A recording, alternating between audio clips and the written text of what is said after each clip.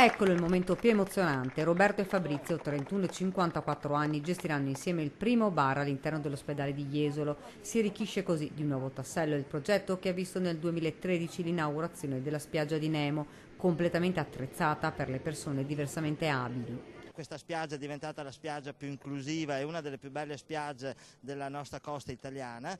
Complimenti veramente anche ai gestori e da oggi si inizia un altro percorso, che è quello dell'apertura del primo bar di questo ospedale, dell'ospedale di Jesolo, e in questo bar lavoreranno 2 persone diversamente abili e quindi ecco che l'integrazione tra turismo, sociale, sanità, in territorio si sta veramente realizzando con questo sogno che sta diventando sempre più realtà.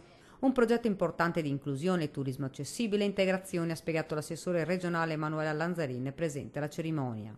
Un tassello in più rispetto a già le tante cose che sono state fatte rispetto all'accessibilità, l'inclusione, l'integrazione, il turismo accessibile. La spiaggia di Nemo la conosciamo, gli sviluppi che ci sono stati lungo tutto il litorale da 2 anni a questa parte, gli investimenti, con anche questo punto di ristoro all'interno dell'ospedale che diventa un momento quindi per socializzare, un momento anche relazionale, però con l'ausilio appunto dell'inserimento lavorativo di 2 ragazzi disabili vuol dire anche interpretare bene quelli che sono i percorsi di autonomia, di vita indipendente, di integrazione vera e propria.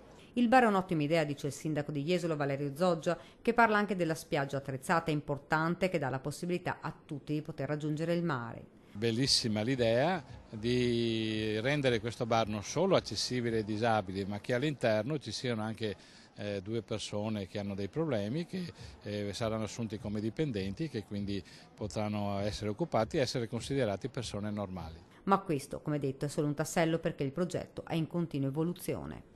Questo progetto continuerà, il prossimo anno vorremmo appunto spostare il progetto del turismo sociale inclusivo sull'inserimento lavorativo di tanti ragazzi che ci sono nei nostri CEOD, nei nostri centri, ragazzi che hanno voglia di lavorare, hanno voglia di inserirsi nel mondo del lavoro. Il turismo porta tanto lavoro ed è giusto che gli imprenditori del nostro litorale assumano questi ragazzi con il nostro aiuto di aziende sanitarie, con i nostri educatori, con i nostri servizi di inserimento lavorativo, ma che li assumano e gli diano questa possibilità di integrarsi nel mondo del lavoro.